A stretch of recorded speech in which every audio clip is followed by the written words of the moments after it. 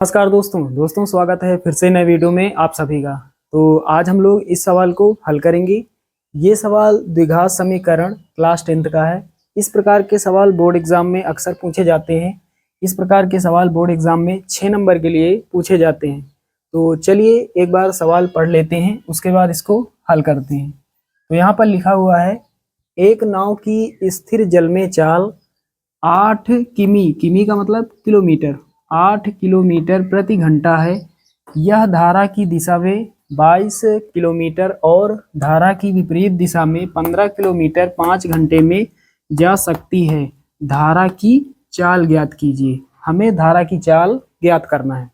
तो यहाँ पर हमें धारा की चाल बतानी है। तो यहाँ मान लेते हैं, यहाँ पर लिखेंगे माना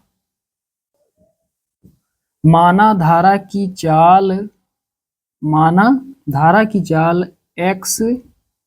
x किलोमीटर प्रति घंटा है।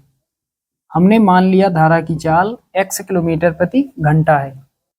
चलिए उसके बाद सवाल में लिखा हुआ है, यहाँ पर धारा की दिशा में और लिखा हुआ है धारा की विपरीत दिशा में। तो एक बार नाव की चाल धारा की दिशा में निकाल लेते हैं और एक बार नाव की चाल धारा की विपरीत दिशा में निकाल लेते हैं। तो यहाँ पर क्या लिखेंगे, यहाँ पर लिखेंगे धारा की दिशा में नाव की चाल। यहाँ पर हमने क्या लिखा, धारा की दिशा में नाव की चाल, मतलब धारा और नाव दोनों एक ही दिशा में जब जा रहे हो, नाव की चाल और धारा की चाल दोनों को जोड़ देंगे। नाव की चाल सवाल में लिखा हुआ है, एक नाव की स्थिर जल में चाल 8 किलोमीटर प्रति घंटा। नाव की चाल है 8 किलोमीटर।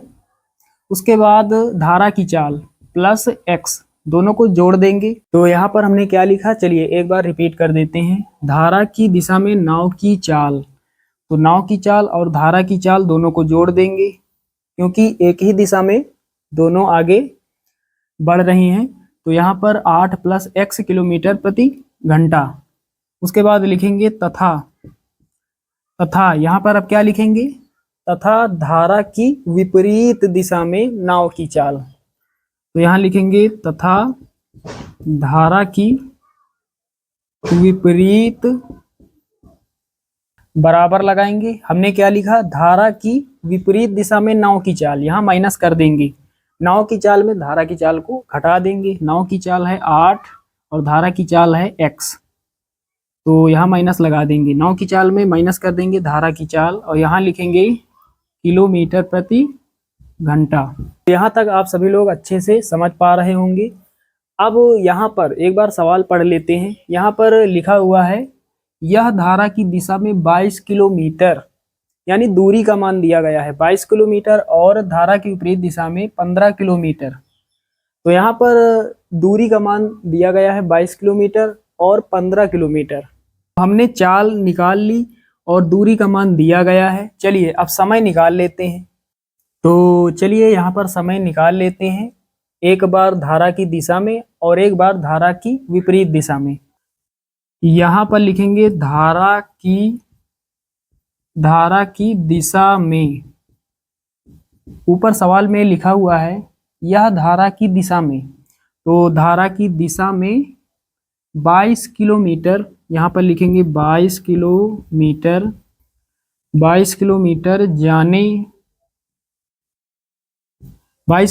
जाने में लगा समय। तो समय बराबर क्या होता है, चलिए यहाँ से समझते हैं।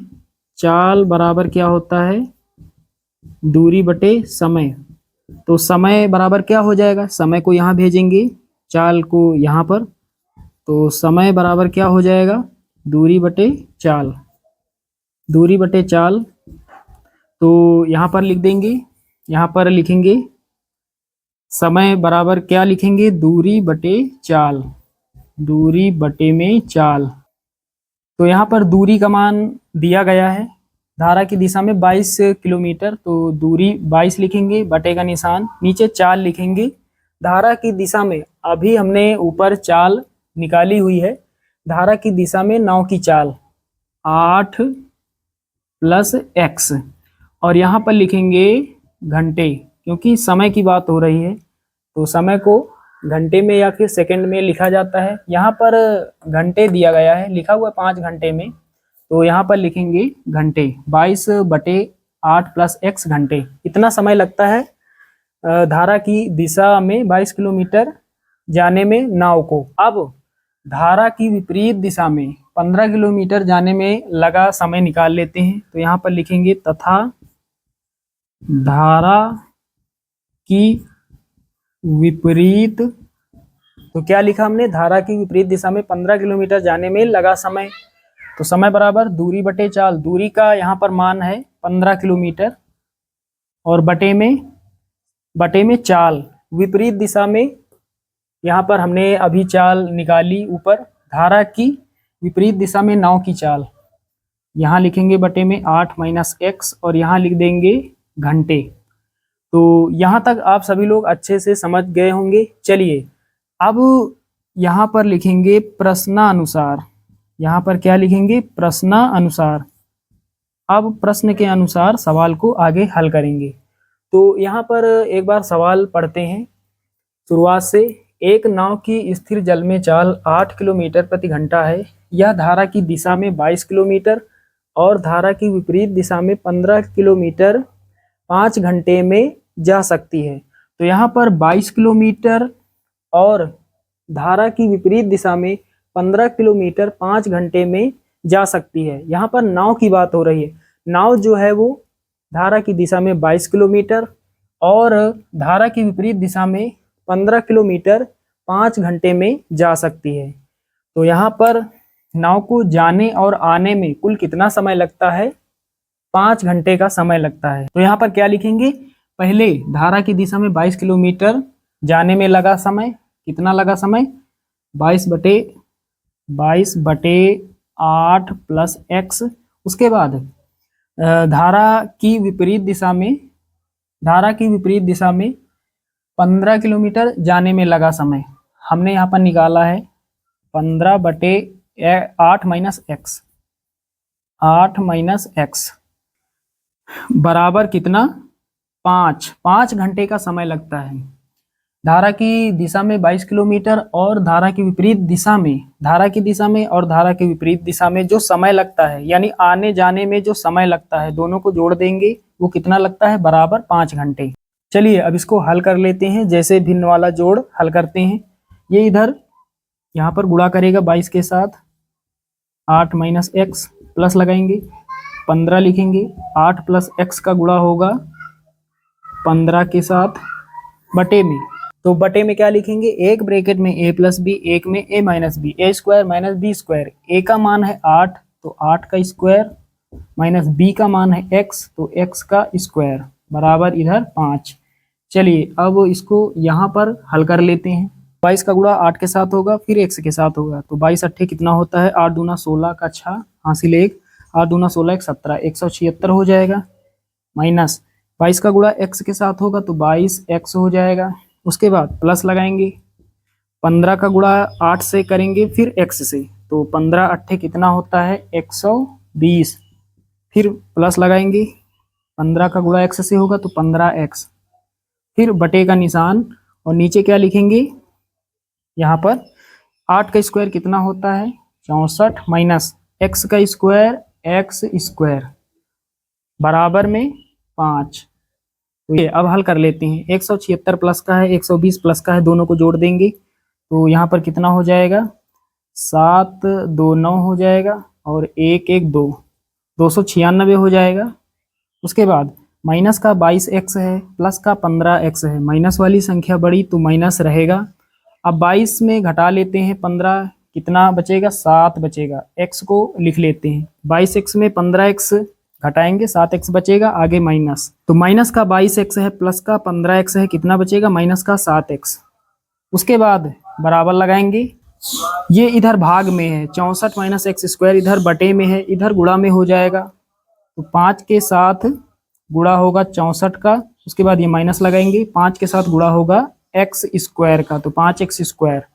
चलिए हल कर लेते हैं, 296 माइनस 7x बराबर तो यहाँ पर 64 का गुणा 5 से कर देते हैं।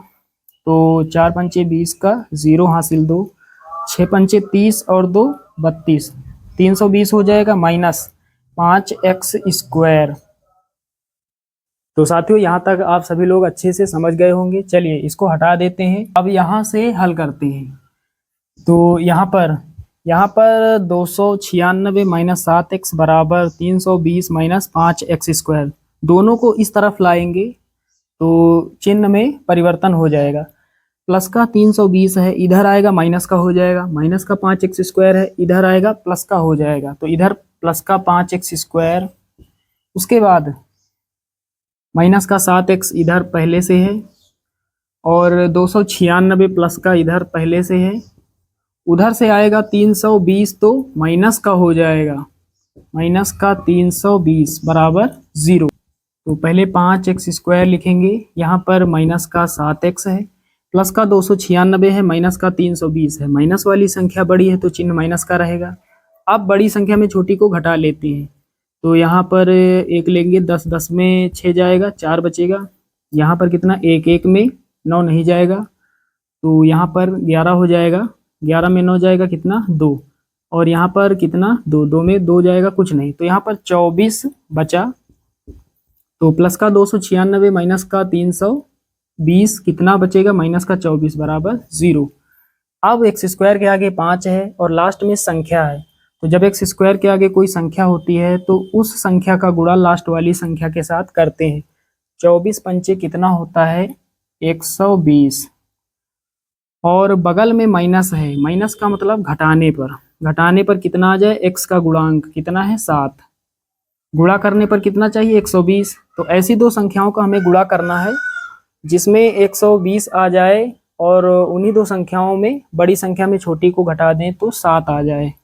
तो 15 का गुणा 8 से करेंगे, 15 8 120 हो जाएगा, 15 में घटा देंगे 8, 15 में घटा देंगे 8 कितना मिलेगा 7। चलिए 7 के स्थान पर क्या लिखना है, 15 माइनस 8, तो यहाँ पर रख देते हैं 5x स्क्वायर माइनस 7 के स्थान पर 15 माइनस 8, 15 माइनस 8, x को बाहर लिखेंगे, माइनस का 24 बराबर 0।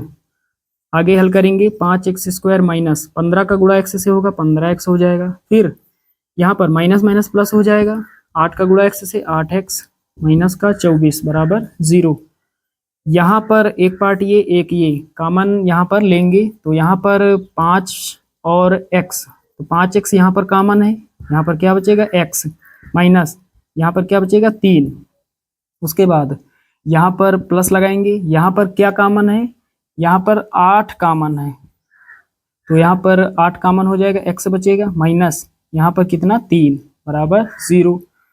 अब x माइनस 3 यहाँ पर है, x माइनस 3 यहाँ पर है, x माइनस 3 कॉमन लेंगे तो इसको नहीं लिखेंगे, इसको नहीं लिखेंगे, तो जो बचेगा इस ब्रैकेट में लिखेंगे 5x प्लस का 8 बराबर 0।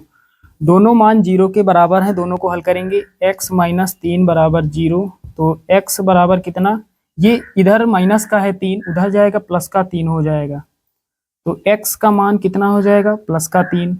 ये प्लस में है, ये करेक्ट है, इसको हल करेंगे तो माइनस में आएगा, यहाँ पर हल कर लेते हैं बराबर 0। तो 5x बराबर माइनस का 8, इधर प्लस का 8 है, x बराबर क्या हो जाएगा, इधर 5 गुणा कर रहा है, उधर जाएगा भाग करेगा, 8 के नीचे हो जाएगा 5। ये इनकरेक्ट है, ये अमान्य है क्योंकि ये माइनस में है। क्या माना था, माना धारा की चाल x किलोमीटर प्रति घंटा है, x का मान हमने निकाला 3, तो यहाँ पर लिखेंगे अतः धारा की चाल 3 किलोमीटर प्रति घंटा है। अतः धारा की चाल 3 किलोमीटर प्रति घंटा है।